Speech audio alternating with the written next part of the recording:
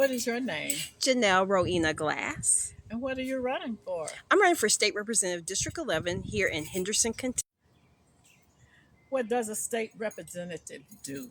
A state representative is part of the legislative branch of Kentucky, similar to a congress member or a senator.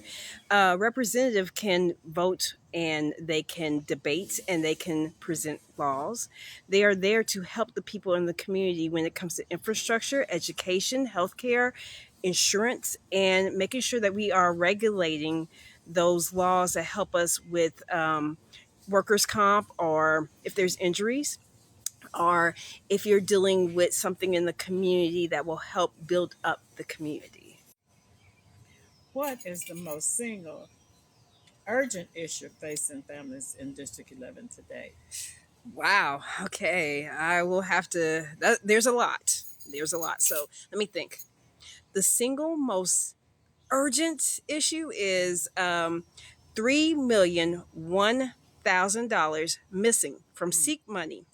So that means that for every public school, two teachers' jobs are eliminated, which means it's harder for teachers who are strapped to have that assistance and that help to cover classes to make sure that the students are regulated, educated, and being able to learn. They need as much resources as possible. Without that money, we're talking about a huge failure to our next generation of leadership and leaders in this community. We need them to be educated. There's a competitive global market here in Kentucky. And so we're talking about entrepreneurs, we're talking about future farmers, we're talking about future teachers, coaches, we're talking about construction workers, we're talking about our future nurses, our future doctors, you name it. We need to invest and reinvest in our children. Without that money, we are leaving them high and dry with no source of help, no source of education, no source of, not even a sense of themselves. So I want us to reinvest in education, in our teachers, in our students, because they need it, we need it really badly. And that is just, I can't imagine $3,001,000 just, Lord. yes, exactly, not being there for our kids. Your top issues when it Mm-hmm. comes to helping the people of District 11. Oh, wow. Okay. So let's see. There is one that is based on OSHA, and that is making sure that they keep the regulation of those who are using chemicals, whether they are farmers, whether they are health providers, those who work in pharmaceuticals, that they are the guidelines and the regulations are helping the people. So say that you are a nurse or you're a pharmacist, right? And you are helping a patient with chemotherapy. You're dealing with chemicals that can harm and hurt you and everybody else that's helping that patient. You do not want um, the state government to say, it's okay. We could go by the standards of federal. Federal might not hit where state is when it comes to making sure that not only is the patient taken care of with those chemicals, but you are. It could cause injury, it could cause damage, and it could cause death.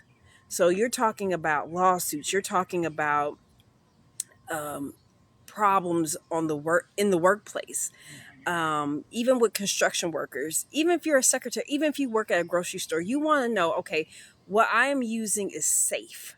What I'm using will not harm me, and you don't want someone to you don't want any of your representatives, I'm not accusing anybody of saying, oh, well, it's too bad. No, you want to make sure that your people are safe. Another thing is wages. Our wages are very stagnant. We need to have the opportunity to have small businesses keep their doors open.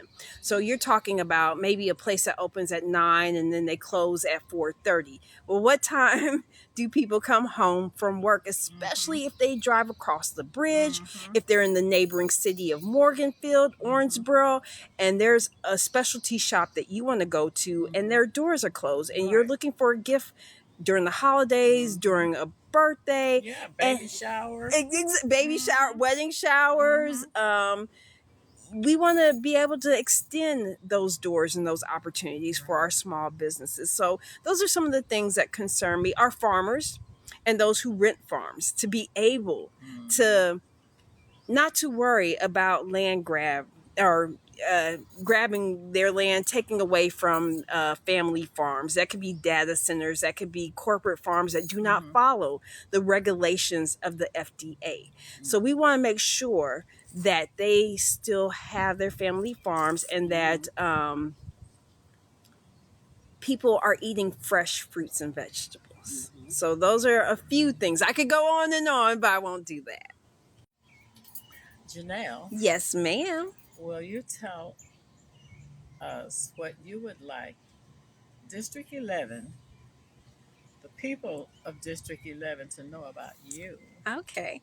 I am an alumni of Henderson County High School and an alumni of Henderson Community College. I was their Mm-hmm. homecoming princess. I was in various activities. I have my associates, my bachelor's, and my master's. Mm-hmm. With that being said, I am a daughter of the soil, which means that my dad was part of the integration of 7th Street. He went on to Barrett, and then he went on to City High School, where he graduated in 65.